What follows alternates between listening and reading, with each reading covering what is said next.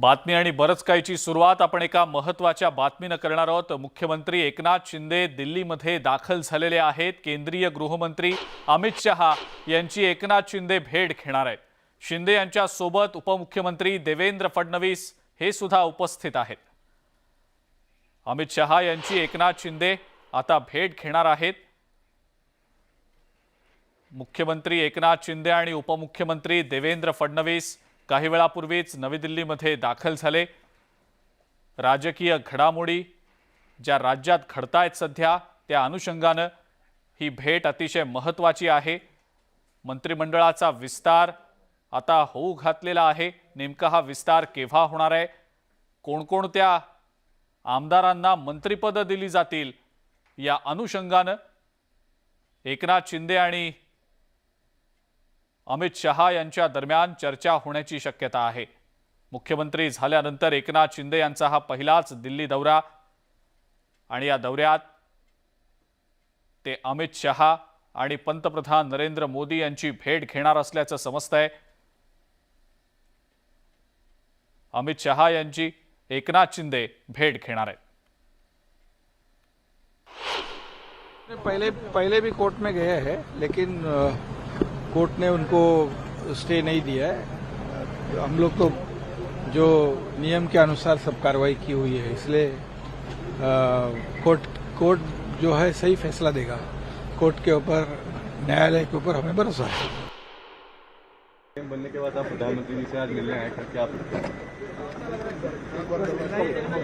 Sir, और महाराष्ट्र को लेके अभी क्या चैलेंजेस और कैसे देखते हैं आपने समाज?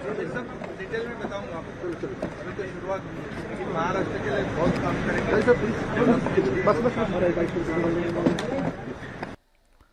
शिवसेनेतील बंडखोरी त्यानंतर झालेलं सत्तांतर यामध्ये आता काँग्रेसमध्येही झाडाझडती सुरू झाली आहे। कारण विश्वासदर्शक ठरावाच्या मतदानाच्या वेळेला अनुपस्थित राहिलेल्या 9 आमदारांना काँग्रेसने नोटीस बजावली आहे। तसंच चौकशीसाठी मोहन प्रकाश यांची नियुक्ती सुद्धा केली आहे। त्यामुळे देवेंद्र फडणवीसांच्या अदृश्य हातांची मदत हा आरोप आता काँग्रेस अतिशय गांभीर्याने घेत असल्याचंच पाहायला मिळतंय। विधान परिषदेत पराभवाचे पडसाद, काँग्रेसमध्ये कारवाईला सुरुवात, अनुपस्थित राहणाऱ्या 9 आमदारांना नोटीस, विश्वासदर्शक ठरावाला अनुपस्थिती भोवणार, विधान परिषदेत झालेला पराभव आणि त्यानंतर राज्यातली सत्ता गमवावी लागल्यानंतर आता काँग्रेस नेतृत्वाने महाराष्ट्रावर आपलं लक्ष केंद्रित केलंय। आधी विधान परिषद निवडणुकीत झालेली क्रॉस वोटिंग आणि त्यानंतर विश्वासदर्शक ठरावाच्या वेळेला अनुपस्थिती अशा दोन्ही गोष्टींमधून काँग्रेसमधील गोंधळ उघड झालाय। या दोन्ही घटनांची गंभीर दखल घेत काँग्रेसने 9 आमदारांना नोटीस बजावली आहे। ज्यात माजी मुख्यमंत्री अशोक चव्हाण, माजी मंत्री विजय वडेट्टीवार, वांद्र्याचे आमदार जिशान सिद्दीकी, लातूर ग्रामीणचे आमदार धीरज देशमुख, धुळे ग्रामीणचे आमदार कुणाल पाटील, हातकणंगलेचे आमदार राजू आवळे, नांदेड दक्षिणचे आमदार मोहन हंबर्डे, रावेरचे आमदार शिरीष चौधरी आणि हदगाव हिमायतनगरचे आमदार माधवराव जवळगावकर यांचा समावेश आहे। खरं तर विश्वासदर्शक ठरावातली अनुपस्थिती हे एकमेव कारण नाही, तर विधान परिषद निवडणुकीत झालेलं क्रॉस वोटिंग हे देखील त्यामागचं एक कारण आहे। काँग्रेसचे उमेदवार चंद्रकांत हंडोरे यांचा 29 मतांचा कोटा ठेवलेला असताना सुद्धा त्यांना केवळ 22 मतं पडली होती। याचा अर्थ काँग्रेसची 7 मतं फुटली। या फुटीर आमदारांवर कारवाई करण्याची मागणी काँग्रेसच्या नेत्यांकडून करण्यात आलेली आहे। गुरुवारी या संदर्भात नाना पटोलेंनी पक्षश्रेष्ठींची भेटही घेतलेली होती। हायकमांडकडे दखल घेतली गेलेली आहे। मला स्वतः आमच्या प्रभाऱ्यांनी पण या विषयावरचा फोन केलेला होता। त्यामुळे याचाच अर्थ हायकमांडनी याच्यामध्ये गंभीरता घेतलेली आहे। पण त्यांचं नेमकं इंटेन्शन काय हे त्याच्यामध्ये तपासलं जाईल आणि इंटेन्शन त्यांचं चुकीचं नसेल तर कारवाई होण्याचं काही कारण नाही। पटोलेंच्या दिल्लीवारीच्या दुसऱ्याच दिवशी काँग्रेसच्या 9 आमदारांना नोटीस बजावण्यात आली। त्यामुळे आता पक्षाविरोधात भूमिका घेणाऱ्या आमदारांवर कठोर कारवाईची शक्यता आहे। अट्रॉसिटी हुई है। जाहिर है कि अगर 29 का कोटा चंद्रकांत जी हंडोरा जी को दिया गया था तो वो 22 पे रुकना, उसका मतलब कहीं ना कहीं धांधली हुई है। उसकी पूरी तरह जांच होनी चाहिए। मैंने पहले दिन से कह रहा हूँ, आज भी ये कह रहा हूँ, नाना बाबू पटोले ने जो बात कही है वो बिल्कुल सही है, क्योंकि कांग्रेस के निशाने पे जब हम चुन के आते हैं तो आपका कोई भी अधिकार नहीं बनता कि इस तरह की कोई धांधली करे। आधीच शिवसेनेतली बंडखोरी, त्यानंतर शिंदे गट आणि उद्धव ठाकरेंमध्ये सुरू असलेलं द्वंद्व आणि यातच आता काँग्रेसमधली दुफळीही उघड झाली आहे। त्यामुळं महाविकास आघाडी आणि काँग्रेस विरोधात भूमिका घेणाऱ्या आमदारांवर काँग्रेस नेमकी काय कारवाई करतं याकडे आता सर्वांचंच लक्ष लागलेलं आहे। Bureau report, news 18 Lokmat. आरेतील मेट्रो कारशेडचा मुद्दा, डीपीडीसीतील निधी वाटपाला ब्रेक लावल्यानंतर आता शिंदे फडणवीस सरकारनं ठाकरे सरकारचा आणखी एक मोठा निर्णय बदलण्याची तयारी केली आहे। महाविकास आघाडीचा हा कोणता निर्णय जो बदलला जाण्याची शक्यता आहे, जाणून घेऊया या रिपोर्टमधून। पंचायतमध्ये ज्या वॉर्ड रचना झाल्या, प्रभाग रचना झाल्या, या सर्व प्रभाग रचनामध्ये महाविकास आघाडी सरकारमध्ये असलेल्या सर्व नेत्यांनी स्थानिक अधिकाऱ्यावर दबाव आणून होणाऱ्या निवडणुकीच्या प्रभाग रचनेमध्ये निवडणूक नियमात नाही अशा अनेक प्रभाग रचना करून घेतल्या। महाविकास आघाडीचे उमेदवार कसे निवडून येतील अशा प्रभाग रचना केल्या, अशा जिल्हा परिषदच्या गटगटाच्या रचना केल्या। भाजपचे नेते चंद्रशेखर बावनकुळे यांचा हा आरोप शिंदे फडणवीस सरकारची पुढची रणनीती स्पष्ट करणारा आहे। महाविकास आघाडीनं काही महिन्यांपूर्वीच नवी प्रभाग रचना जाहीर केली होती, पण ही प्रभाग रचना नियमबाह्य असल्याचा आरोप भाजप सातत्यानं करतंय। पण आता महाराष्ट्रात भाजपचीच सत्ता आल्यानंतर सगळ्या नव्या प्रभाग रचना आणि गट गण रचना रद्द करण्याची आग्रही मागणी चंद्रशेखर बावनकुळेंनी निवडणूक आयोगाकडे केलेली आहे। आम्ही आज मुख्य निवडणूक आयुक्ताला विनंती केली आहे की मागच्या सरकारच्या काळामध्ये निवडणूक आयोगाच्या अधिकाऱ्यांच्या नियमागत उल्लंघन करून अधिकाऱ्यावर प्रेशर टाकून ज्या पद्धतीने चुकीच्या ज्या प्रभाग रचना झाल्या आहेत या पुन्हा रिव्हेरिफाय कराव्या, नंतरच निवडणुका घ्याव्या। त्याशिवाय महानगरपालिका, नगरपालिका, जिल्हा परिषदच्या निवडणुका होऊ नये। आयोगाने तातडीनं संपूर्ण प्रभाग रचना, संपूर्ण गट गण रचना, नगरपालिका नगरपंचायत मधल्या प्रभाग रचना रद्द कराव्या। ओबीसींच्या राजकीय आरक्षणामुळे स्थानिक स्वराज्य संस्थांच्या निवडणुका लांबणीवर पडल्या आहेत। पण आता नवं सरकार आल्यानंतर लवकरच या निवडणुका घेतल्या जाण्याची शक्यता आहे।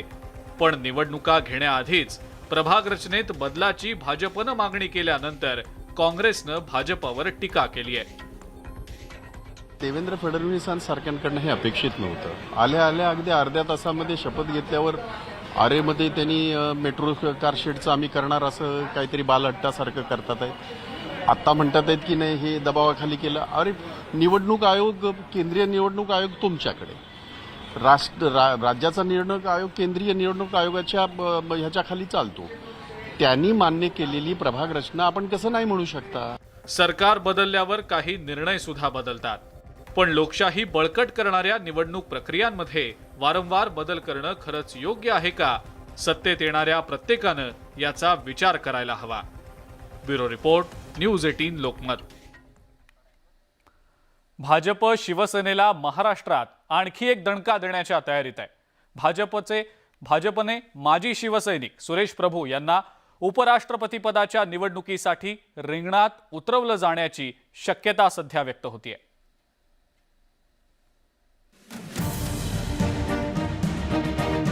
भाजपमुळे शिवसैनिकांना अच्छे दिन आलेत। शिवसैनिक असलेले एकनाथ शिंदे राज्याचे मुख्यमंत्री झालेत, तर माजी शिवसैनिक सुरेश प्रभू थेट उपराष्ट्रपती होण्याची शक्यता नाकारता येत नाही।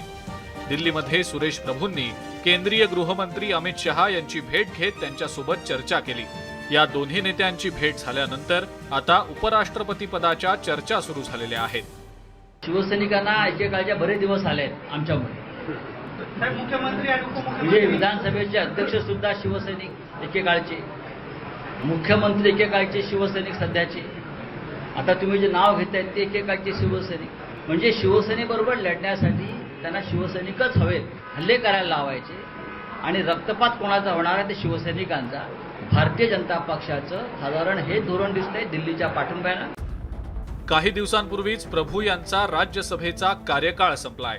त्यांनी निवडणुकीच्या राजकारणातूनही निवृत्ती घेतली आहे। सुरेश प्रभू यांनी 1996 मध्ये तळ कोकणातल्या राजापूर लोकसभा मतदारसंघातून शिवसेनेच्या तिकिटावर पहिल्यांदा निवडणूक लढवली होती। 1998 आणि 1999च्या लोकसभा निवडणुकीतही ते विजयी झाले होते। लोकसभेची उमेदवारी दिली, त्यामुळे सुरेश प्रभू शिवसेनेतल्या संघटनात्मक राजकारणापासून बाजूला गेले होते। हीच संधी हेरत पंतप्रधान नरेंद्र मोदी यांनी 2014 साली सुरेश प्रभू यांना राज्यसभेची उमेदवारी देत त्यांना भाजपमध्ये आणून सर्वांनाच धक्का दिला होता।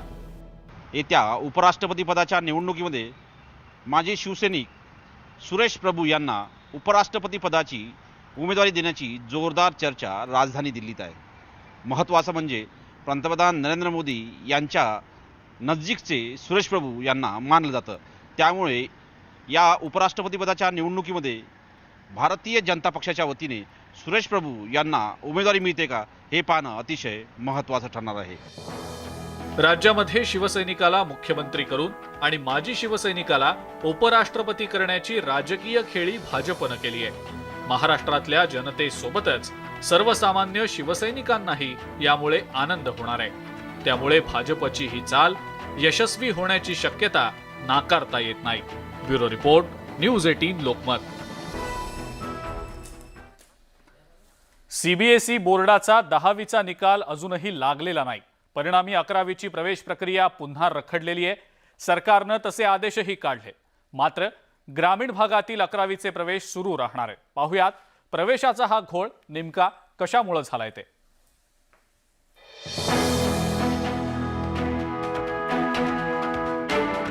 उच्च शिक्षण विभागानं सुरू केलेली 11वीची ऑनलाईन प्रवेश प्रक्रिया पुन्हा थांबवण्याची वेळ आली आहे। मागील 2 वर्ष कोविडमुळे शैक्षणिक वर्षाचं वेळापत्रक बिघडलं होतं। वेळापत्रक रुळावर आणण्यासाठी स्टेट बोर्डानं 10वी आणि 12वीचे निकाल वेळेआधीच लावले, पण त्याचा विद्यार्थ्यांना काही एक फायदा झाला नाही। सीबीएसई बोर्डाचे निकाल अजूनही प्रतीक्षेत आहेत, त्याचा ऑनलाईन प्रवेश प्रक्रियेवर परिणाम झालाय। सध्या आपण पहिला जो फॉर्ममधला भाग आहे तो भरायला परवानगी दिलेली आहे। दुसऱ्या भागाचं जे काम आहे त्याचा अवकाश लगेच सुरू होईल आणि जे वेळापत्रक आहे पहिला राऊंड, दुसरा राऊंड, तिसरा राऊंड, विशेष फेरी हे मात्र सीबीएसईचा निकाल लागल्यानंतर डिक्लेअर केलं जाईल। त्याचा उद्देश एकच आहे की सीबीएसईची जी मुलं आहेत ती ॲडमिशनपासून वंचित राहू नयेत। 11वीची प्रवेश प्रक्रिया थांबल्याने राज्य बोर्डाच्या पालक आणि विद्यार्थ्यांना नाहक मनस्ताप सहन करावा लागतो। अवघ्या 5 ते 10% विद्यार्थ्यांसाठी सर्वांना का वेठीस धरलं जातंय असा सवाल उपस्थित करण्यात आला। खऱ्या अर्थाने एसएससी बोर्ड असेल, सीबीएसई बोर्ड असेल किंवा आयसीएसई बोर्ड असेल, या सगळ्या बोर्डांच्या 10वीचे जेव्हा निकाल लावायचे असतात तेव्हा हे रिझल्ट जर का अगदी एकत्र सोबतच रिझल्ट लावले किंवा काही थोड्याशा फरकाने, तर मुलांच्या ऍडमिशनची मार्ग खरं सुखकर होईल आणि मुलांना आणि पालकांना जो एक प्रकारचा मनस्ताप सहन करावा लागतो तो सहन होणार नाही। ग्रामीण भागातील 11वीची ऑफलाईन प्रवेश प्रक्रिया सुरू राहणार आहे, मात्र मुंबई, पुणे, नाशिक, अमरावती, नागपूर या 5 शहरांमधील 11वीचे प्रवेश सीबीएसई बोर्डामुळे रखडलेत अशी पालकांची भावना बनली आहे। 11वीच्या सेंट्रलाइज प्रवेश प्रक्रियेमध्ये अवघी 10% मुलं ही अदर बोर्डाची असतात, म्हणजे स्टेट बोर्ड सोडून। पण सीबीएसईचा निकाल न लागल्यामुळं ही सगळी 11वीची प्रवेश प्रक्रिया थांबलेली आहे आणि त्याचा थेट फटका हा स्टेट बोर्डाच्या विद्यार्थ्यांना बसतोय। Video journalist Sachin Hanchate, Chandrakant Phunde, news 18 Lokmat, Pune. आई आपल्या मुलावर जीवापाड माया करत असते, मात्र अनैतिक संबंध लपवण्यासाठी जन्मदात्या आईनंच आपल्या मुलाचा अमानुष छळ केला। 6 महिन्यांपासून सुरू असलेल्या या छळाला कंटाळून मुलानं हा सगळा प्रकार आपल्या वडिलांना सांगितला। त्यानंतर पोलीस ठाण्यात तक्रार दिल्यानंतर कोल्हापूर पोलिसांनी क्रूर आई आणि तिच्या प्रियकराला गजाआड केलाय.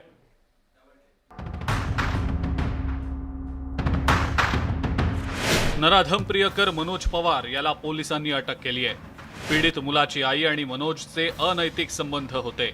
पीडित मुलाला त्याची आई दररोज शाळेत घ्यायला जायची. मात्र त्या दिवशी मुलगा शाळेतून लवकर घरी आला. अचानक घरी आल्यानं दोघांचेही सुरू असलेले लैंगिक संबंध पीडित मुलानं पाहिले. अनैतिक संबंध लपवण्यासाठी जन्मदात्या आईनंच मुलाचा अमानुष छळ सुरू केला. नराधम प्रियकर आणि आईनं मुलाला धमकवायला सुरुवात केली. इतकंच नाही तर प्रियकराच्या मदतीनं विष पाजून मारून टाकेन अशी धमकीही दिली. जन्मदात्या आईनं प्रियकरासह अनेक अघोरी प्रकार केल्याचंही समोर आलेलं आहे. मुलासह वडिलांना तसंच दुसऱ्या भावालाही विष घालून मारण्याची धमकी दिल्यानंतर असह्य झालेल्या मुलानं झालेला प्रकार वडिलांना सांगितला.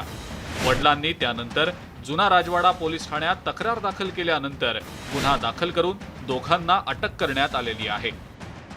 त्याची आई आणि त्या आईचा प्रियकर हे दोघेजण त्यांच्या आईच्या बेडरूममध्ये लैंगिक चालू असताना त्यांनी पाहिलं आणि त्यानंतर त्या बालकावरती आई आणि त्या प्रियकराने लैंगिक अत्याचार केल्याची हकीकत त्यांनी सांगितल्याने राजवाडा पोलीस ठाणे इथे गुन्हा नोंद केलेला आहे आणि तपास चालू आहे. आरोपी ताब्यात घेऊन त्याला आज कोर्टासमोर हजर करीत आहोत.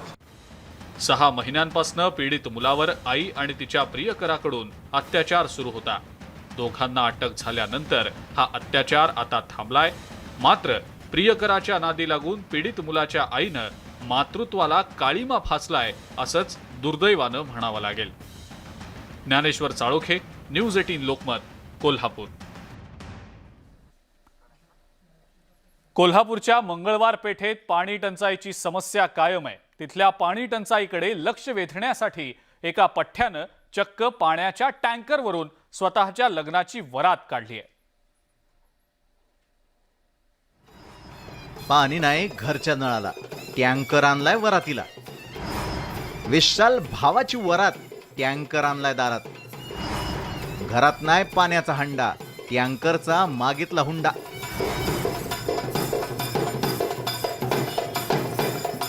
भावांनो, आज पतर तुम्ही लय वराती बघितल्या असतील. लय वरातीत नागिन डान्स पण केला असेल. पण आमच्या कोल्हापूरच्या विशाल भावाची वरात जरा हटकेच म्हणायची बरं का.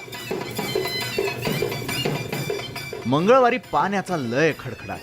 मग काय, भावानं सासऱ्याकडं थेट हुंड्यात टँकरच मागितला आणि टँकर घेऊन वरात काढली. नगरपालिकेचा फार काय म्हणू आपण याला, फार खराब आत्ता पाण्याचं साठी नियोजन चालू आहे त्यांचं. या बाबतीत मी आत्ताच लग्न करून आलो आणि सासऱ्यांना विनंती केली की तुमच्या मुलींना पाण्याच्यामुळे त्रास नको म्हणून हुंड्यात मला पाण्याचा टँकरच पाहिजे. मग त्या पद्धतीनं मी टँकर घेऊन आता माझ्या बायकोला घरी घेऊन चाललो. विशाल भाऊनं तर निर्धारच केलाय, पाणी नाही तोपर्यंत हनीमून नाही. नवरीनं पण 7 फेरं घेतल्यावर लगेचच नवऱ्याच्या आंदोलनात पाठीशी उभं राहायचा निर्णय घेतला. हुंड्याच्या विरोधात असतानाही नवरीनं त्यांच्या पप्पाकडून टँकर आणला. मी त्यांच्या आंदोलनाला पाठिंबा देते, त्यांचं म्हणणं बरोबर आहे. त्यासाठी मी पण पप्पांना विनंती करून पाण्याचा टँकर घेऊन आलेले आहे. त्यामुळे महानगरपालिकेने मंगळपेठेतील पाणी प्रॉब्लेमचा काहीतरी निपटारा करावा. पाणी आबाळातून कोसळतया, पण नळातून पाणी यायचं नावच नाही. महापालिकेचा लौकिक पाहता विशाल भावाला हनीमूनला कधी जाता येईल हे काय सांगता येत नाही गड्या. कोल्हापूरवरनं न्यूज 18 लोकमत साठी ज्ञानेश्वर साळोखेचा रिपोर्ट आहे बरं का. हुंड्यात टँकर घेऊन वरात काढणाऱ्या या नवरदेवाची महानगरपालिकेनं आता दखल घेतलेली आहे. न्यूज 18 लोकमतच्या बातमीनंतर पालिकेचे अधिकारी नवरदेवाच्या घरी पोहोचले. तिथं जाऊन त्यांनी पाहणी केली. पाईपलाईन बदलून पाणी पुरवठा पूर्ववत केला जाईल असं पालिकेकडून सांगण्यात आलंय. त्यामुळे आता नवरदेवाचा हनीमूनला जाण्याचा मार्ग मोकळा झालाय. पाणी पुरवठा सुरळीत होणार नाही तोपर्यंत हनीमूनला जाणार नाही असा पण नवरदेव विशाल कोळेकर यानं केलेला होता.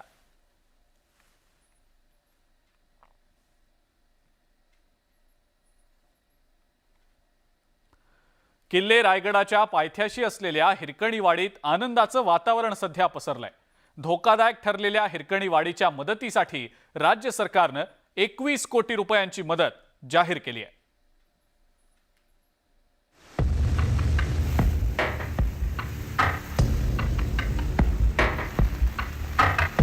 रायगड किल्ल्याच्या पायथ्याशी असलेल्या हिरकणीवाडीतील जमीन मागील 15 वर्षांपासून खचते. जमीन दुमंगणं, रस्ता खचणं, घरांना तडे जाणं यामुळे ग्रामस्थ भीतीच्या छायेखाली जगतायत. गावामध्ये म्हणजे मोठमोठ्या चिरा जायच्या, भेगा जायच्या, थोडंफार दळत यायची, कोसळायची. त्यामुळे 2005 साली पण झालं होतं. त्याच्यानंतर आता गेल्या वर्षी खूप नुकसान झालं आमच्या इथे. तर आमचं गाव स्थलांतरित करत होते दुसऱ्या ठिकाणी, पण ते आम्हाला मान्य नव्हतं स्थानिक लोकांना. पाऊस जास्त प्रमाणात असल्यामुळे गडावरून पाणी येणारं आहे, त्याच्यामुळे गटार लाईनची सोय नाही, त्याच्यामुळे घरांना तडे जातात. रस्त्यांना तडे गेल्या वर्षी बरेच, त्याच्यामुळे बरेच समस्या इकडे निर्माण झालेल्या आहेत. तत्कालीन महाविकास आघाडी सरकारनं गावासाठी निधी दिला होता, मात्र तो निधी कमी पडला होता. नवनिर्वाचित मुख्यमंत्री एकनाथ शिंदेंनी निधी जाहीर केल्यानं ग्रामस्थांनी समाधान व्यक्त केलंय. साधारणतः 2005 पासून ह्या अतिवृष्टी होत आहे. त्या अतिवृष्टीमुळे जे गडावरून जे येते पाणी, त्या पाणी ह्या गावाच्या वरच्या बाजूने भरपूर मुरले जाते. ते मुरल्यामुळं आमच्या गावाला तडे जात आहेत, जागोजागी आमच्या रस्ते खचत आहेत. त्यामुळं मोठी समस्या या ठिकाणी झाली. या समस्या धरून आम्ही माननीय आमदार साहेबांना आणि शासनाला आम्ही वारंवार विनंती केली की बाबा आमच्या गावामध्ये जे येणारं पाणी आहे त्याला गावाच्या वरच्या बाजूने एक सिमेंट कॉन्क्रीटचं जर का गटर लाईन केली तर ते पाणी आमच्या गावामध्ये मुरणार नाही आणि आमच्या गावाला तडे जाणार नाहीत. सरकारने हिरकणीवाडी स्थलांतरित करण्याचा प्रस्ताव ठेवला होता, मात्र त्याला ग्रामस्थांनी विरोध केला. रायगड किल्ल्यावरून कोसळणाऱ्या धबधब्याच्या पाण्यासाठी स्वतंत्र नाला आणि संरक्षण भिंतीची मागणी ग्रामस्थांनी केली होती. आमदार भरत गोगावले यांनी ग्रामस्थांची मागणी राज्य सरकारकडून मंजूर करून घेतली. सरकारनं निधी जाहीर केल्यानं हिरकणीवाडीतील प्रलंबित राहिलेली कामं पूर्ण होणार आहेत. त्यामुळे गावातली धोकादायक स्थिती नष्ट होऊन सुरक्षितता निर्माण होईल. मोहन जाधव, न्यूज 18 लोकमत, रायगड. आणि या सगळ्या महत्त्वाच्या बातम्यांसोबतच बातमी आणि बरंच काही मध्ये वेळ झाली आता इथंच थांबण्याची. ताज्या बातम्या आणि अपडेटसाठी बघत राहा फक्त न्यूज 18 लोकमत.